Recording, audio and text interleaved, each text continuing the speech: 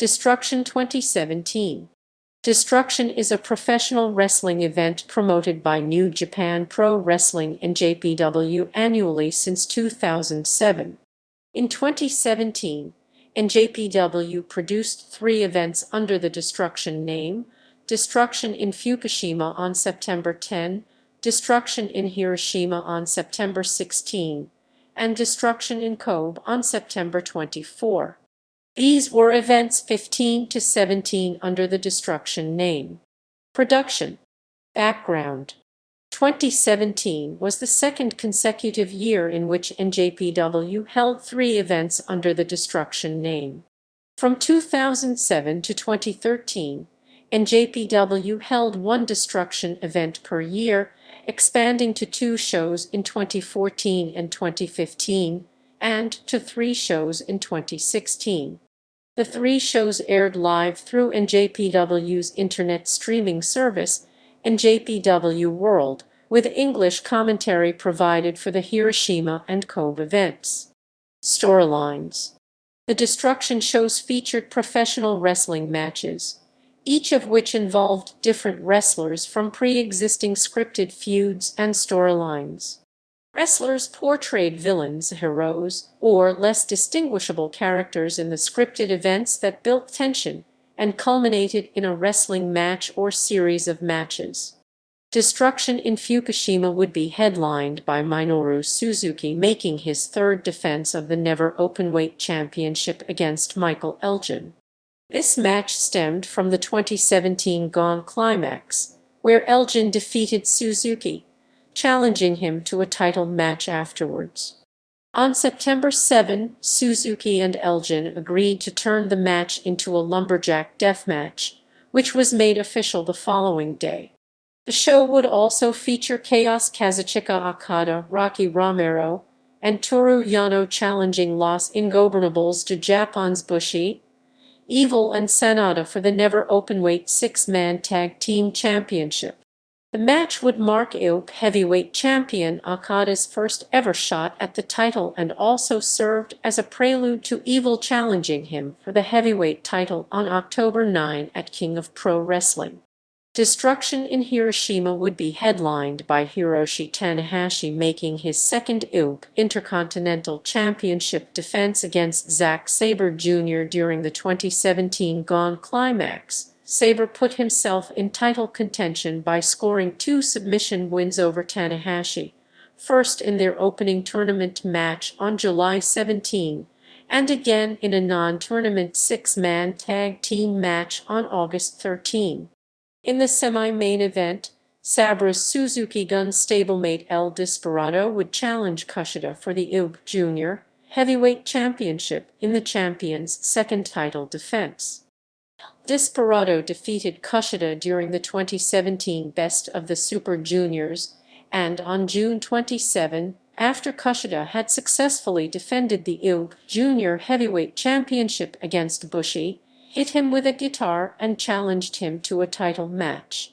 While Kushida was absent from the Gauntlet Climax tour, El Desperado made repeated challenges towards him. When the two finally met on August 12, El Desperado hit Kushida with his own title belt, which he then proceeded to steal. The show would also feature Suzuki Gun, with Taichi and Yoshinobu Kanemaru challenging Funky Future Ricochet and Yusuke Taguchi for the IWGP Junior Heavyweight Tag Team Championship. In addition, the show would feature Roppongi Vice's final match together as a tag team. After unsuccessfully challenging then IWGP Junior Heavyweight Tag Team Champions the Young Bucks Matt Jackson and Nick Jackson for the title on July 2, Roppongi Vice agreed to disband, with Rocky Romero giving Beretta his blessing to move to the heavyweight division.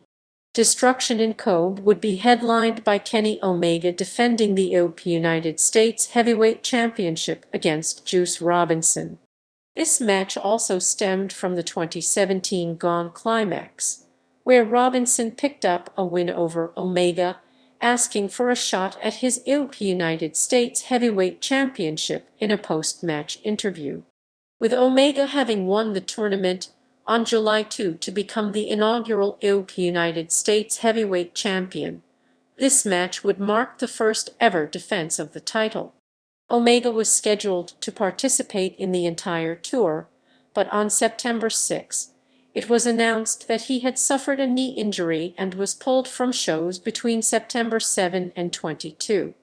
He was replaced by the debuting Leo Tonga, the youngest brother of Tama Tonga and Tangaloa. Several matches on the Kobe card were changed following events that took place at the Hiroshima show.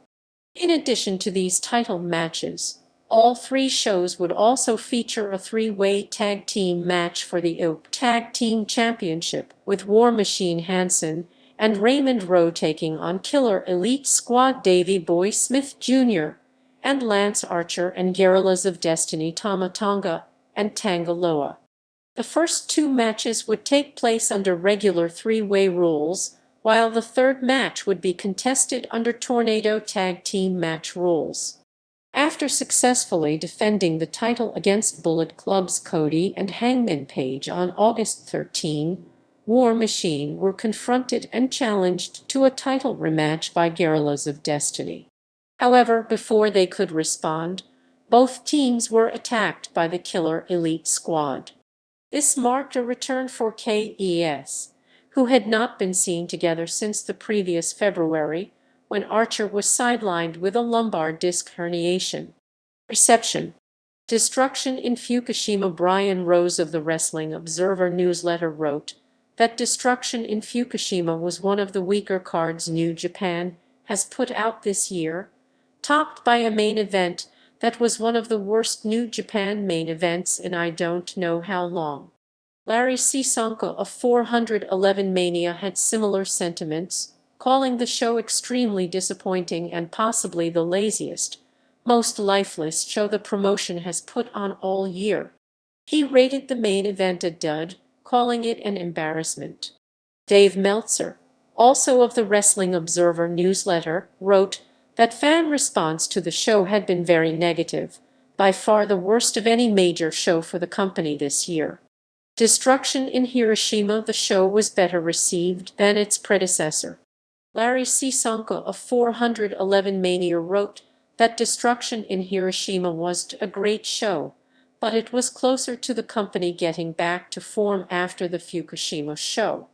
Brian Rose of the Wrestling Observer newsletter wrote that the Hiroshima show exceeded the Fukushima show pretty much in every way.